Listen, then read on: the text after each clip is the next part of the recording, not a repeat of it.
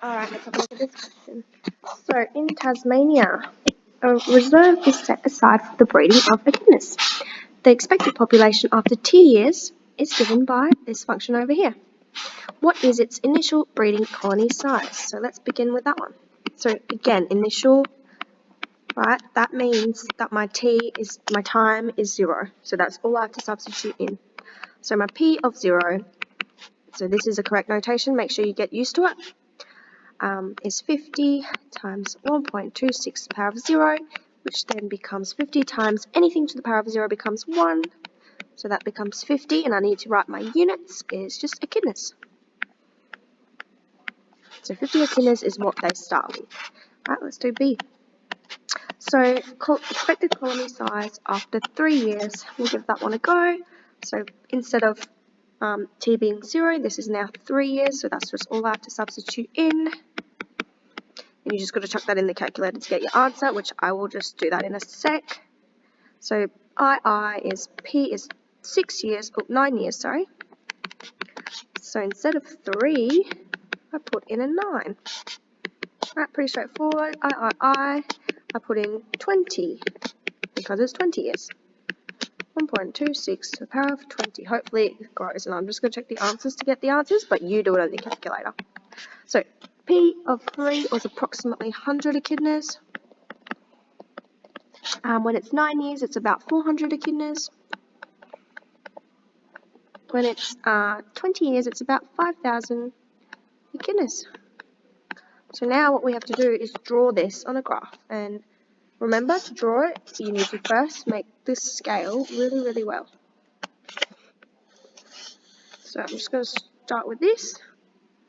Alright, I know that my population goes here, which is echidnas. Alright, so, and my T goes over here, which means years, which is in years. Alright, so let's have a look at my data. So my smallest number of echidnas is 50, my greatest is 5,000, so I need to make sure that fits. So I'm going to label it maybe, let's see if I can do 1,000, 2,000, maybe I'll go 3 spaces because I got a little bit more space. So I'm going to do every 3 space is 1,000. Let's see if that works out.